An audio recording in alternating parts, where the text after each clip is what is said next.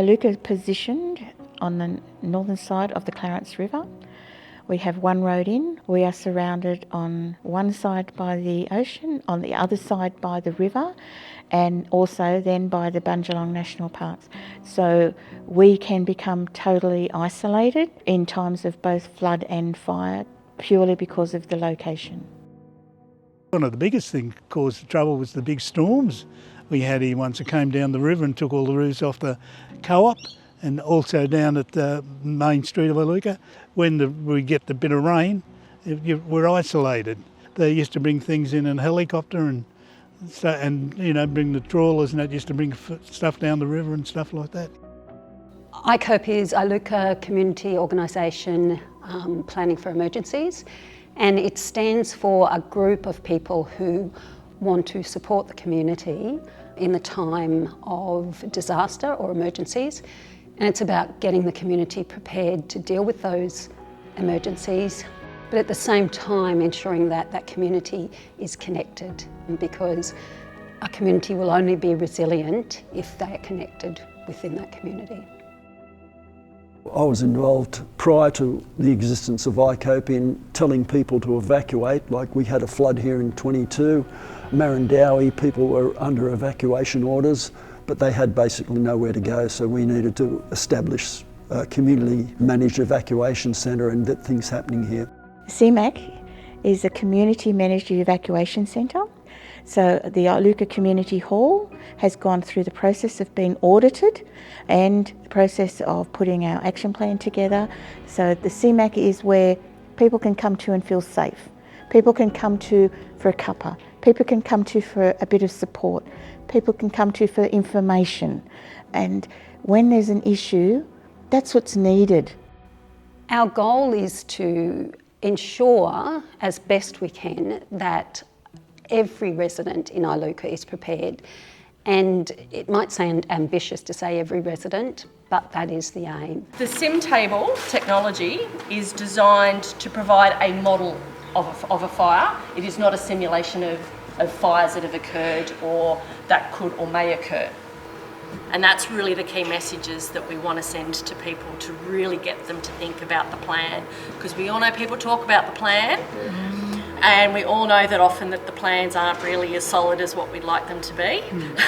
And they don't take into account, in a catastrophic fire danger rating day, things can happen very, very quickly. We can hear this noise. And I said, Eddie, is that the ocean? And Eddie said, I hope so. Next minute, the flames just come to the road, just jumped the road, and they're 40 foot high. This is our Iluka Community Hall. This building's chosen as the evacuation centre because it's very centrally located with the police station next door, as well as our Rural Fire Service fire station and an ambulance station in very close proximity, and the sports field for helicopter evacuations. We'd obviously service the community here generally, but we have a village nearby, Woomba, which could also utilise our evacuation centre. So this is a horrible scenario because of what's happened just to Woomba and Ashby, and it's going right towards Iluka. 3 relatively large urban areas. We work very closely with the local emergency management committee. It was as a result of working with them that we were able to get the Community Managed Evacuation Centre endorsed. We work closely with the Iluka RFS. Many ICOPE members are also Iluka RFS members, and we're lucky to have them because they can give an insight into fires and how we can prepare for them far better than what we can as a group. We work closely with the Red Cross through the CRTs. They've come to Iluka a number of times and given us training, but they've also come to Iluka and given us training for the Community Managed Evacuation Centre, and we still have ongoing training to do with them. CRT is basically a model developed by the Red Cross for disaster preparedness, and it's really like a communication tree. Basically, we've divided up Iluka village into a number of different zones, and within those zones there are street area coordinators. and those street area coordinators are responsible for overseeing about 12 to 20 households in their immediate vicinity. And when an emergency happens, the community-led resilience team leader will be in connection with the operations controller and will communicate it to the community by text message or phone calls. In the event of a total breakdown in communication, so we have no internet, no phone and maybe no power, through grants we've applied for UHF handheld radios. In every zone there'll be at least one street coordinator will have a handheld radio. They'll be in direct communication with the CRT leader at the evacuation centre, and so we'll convey messages to them via UHF. They will then go knock on doors basically to get that message across. The Red Cross won't be here. It's a local community thing. Iluka becomes isolated totally for a few days, so it's down to us to do it. The strength of doing it as a community is that the community knows best what will work for them. We know the local terrain here, we know the demographics of our community, we know the hazards that have potential to cause disaster. Outside organisations are wonderful to come in and help us and train us and give us ideas of how to move forward, but they don't know Iluka like we do. And not just me, I'm a newbie to Iluka, but I draw strength from those who've been in Iluka for a long time. Elderly people can get a bit confused, can't they? And I think what they're trying to say, if an emergency comes, we've got to go up and see, we know the people in the streets who need a bit of help, and we go and help them, direct them in the right way, and they'll accept you because they've known you for so many years. If I can help with just like that, going along and talking to people, and that's my idea, 57% of our population is over the age of 60. A lot of those are by themselves, don't have access to different facilities or don't have contact with a lot of people at times.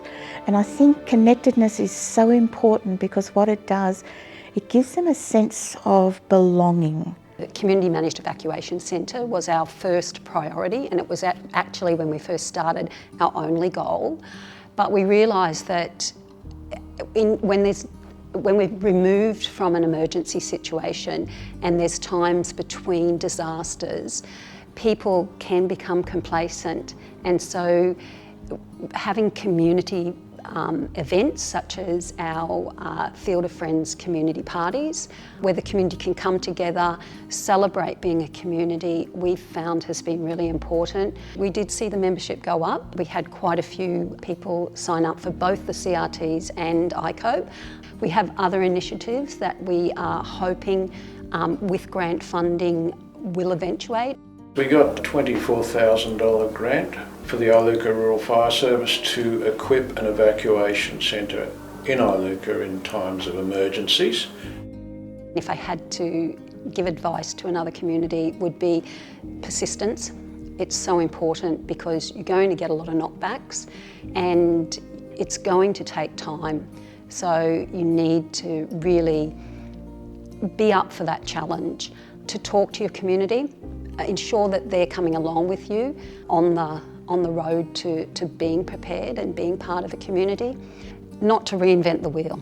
Look at what other communities have done and take ideas from those communities, but make it unique to your community, because what works here in Iluka won't just be able to be picked up and put into another community.